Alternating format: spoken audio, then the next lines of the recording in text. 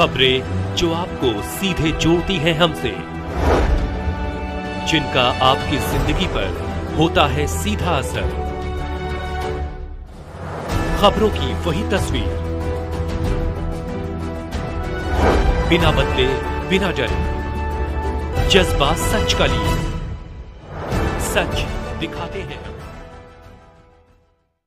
आगामी लोकसभा चुनाव में अपनी भागीदारी सुनिश्चित करने के लिए आज वाराणसी के चितईपुर स्थित कदवा के केंद्रीय कार्य पर जनवरी भागीदारी पार्टी के राष्ट्रीय अध्यक्ष देवेंद्र कुमार प्रजापति ने एक पत्रकार वार्ता कर बताया कि 2024 के लोकसभा चुनाव में जनवरी भागीदारी पार्टी 15 मुद्दों को लेकर चुनाव मैदान में उतरेंगी।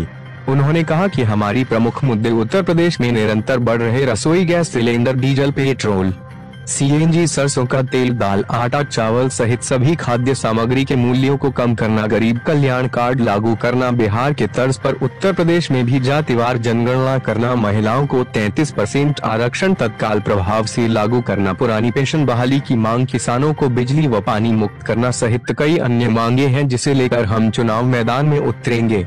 राष्ट्रीय अध्यक्ष ने बताया, सन 1947 में हमारा संपूर्ण भारत आजाद हुआ। आज देश को आजादी मिले लगभग 75 वर्ष बीत चुके हैं। इसके बावजूद देश की आबादी का बहुत बड़ा हिस्सा सम्मान और अधिकार से वंचित होकर जुल्म अपमान का शिकार होकर राष्ट्र की मुख्य धारा से कटकर हाशिए पर आ चुका है। केंद्र व प्रदेश सरकारों की पूंजीवादी, समतावादी एवं जातिवादी मानसिकता से किया जा रहे हैं। प्रेस वार्ता में मुख्य रूप से राष्ट्रीय मुख्य महासचिव राजेश कुमार प्रजापति, राष्ट्रीय सचिव गोवर्धन सिंह, विश्वकर्मा महिला मोर्चा राष्ट्रीय अध्यक्ष श्रीमती राधिका सिंह पटेल, पूर्वांचल अध्यक्ष सुनीता प्रजापति, मंडल अध्यक्ष राजकुमारी, उपासना हॉस्पिटल के डायरेक्टर यश कुमार प्रजापति, बदमा देवी युवा मोर्चा जिला अध्यक्ष मनीष प्रजापति, प्रेम कुमार प्रजापति सहित दर्जनों लोगों ने भाग लिया। जन भागीदारी पार्टी का राष्ट्रीय अध्यक्ष देवेंद्र कुमार प्रजापति। किस तरह का प्रेस वार्ता है, क्या कुछ उद्देश्य से इस प्रेस वार्ता को? देखिए सर, भागीदारी जो हमारी जन भागीदारी पार्टी है, इसमें पूरे जनता का, पूरे राष्ट्र का, पूरे देश हित में लड़ाई लड़ने के लिए इसका नाम ही जन भागीदारी पार्टी रखी गई। और जैसा कि आप लोग देख सकते हैं कि उत्तर प्रदेश में बहुत सी पार्टियां बनी, करीबन भारत देख लिया जाए तो 4500 जो है पूरी पार्टियां हैं। लेकिन आज उत्तर प्रदेश में अगर देख लिया जाए तो जितनी पार्टियां बनी वो न तो शिक्षा की बात करती है, ना ही गरीबी की बात करती है, ना ही व्यवसाय की बात करती है, ना ही किसानों की बात करती है। तो जितनी भी पार्टियां बनी केवल एक दूसरे पे तंज तो कसते हैं, लेकिन जो धरातल पे काम होना चाहिए, जो शिक्षा स्वास्थ्य की बात होनी चाहिए, जो लोगों की बात होनी चाहिए, गरीबी उन्मूलन पे बात होनी चाहिए, ये सरकार जो है चाहे किसी की भी रही हो, लेकिन यह जो है धरातल पे काम करने की बात नहीं करती है। ये केवल एक दूसरे पे तंज कसने की बात करते हैं। अगर उनको गांव में घुमा दीजिए, शहर में घुमा दीजिए, गली में घुमा दीजिए तो दूध का दूध और पानी का पानी हो जाएगा।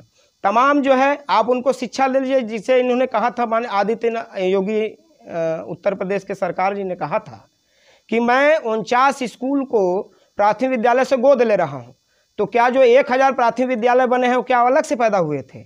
तो कुल मिलाकर के कहीं न कहीं ये केवल अपनी ढोल, अपनी दफली बजा रहे हैं।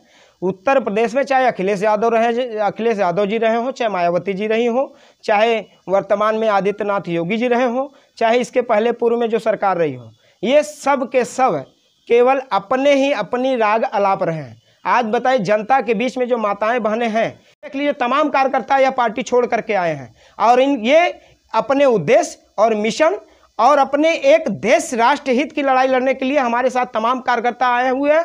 और इनको ना तो मैंने जबरी किया है, ना ही मैंने किसी से ये कहा है कि नहीं आप उनसे जुड़ करके हमारे पास आइए। ये माताएं बहनें हैं आपके बीच में, मैं इनकी जन जन की लड़ाई लड़ने के लिए आया हूँ और इनके क्षेत्र की जन जन की लड़ाई यह सभी पदाधिकारी करेंगे। एक एक कार्यकर्ता मेरा, मैंने पहले भी कहा था, एक एक कार्यकर्ता हमारे 1-1 लाख पे भारी है, इनको कमजोर मत समझिएगा। इसके पहले भी हमने मैंने ओम प्रकाश राजभर जी का एक कार्यक्रम देखा, वहाँ महिलाओं का बहुत बड़ा जुलूस लगा था।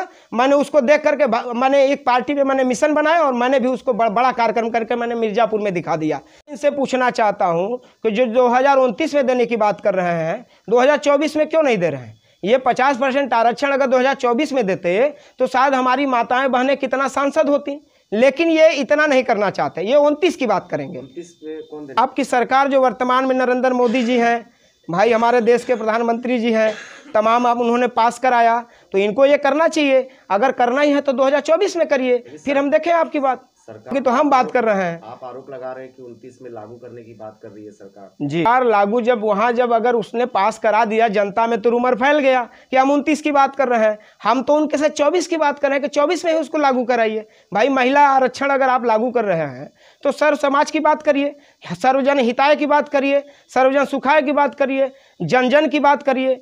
लेकिन ये बात करने की बात में ही आ ही नहीं रहे।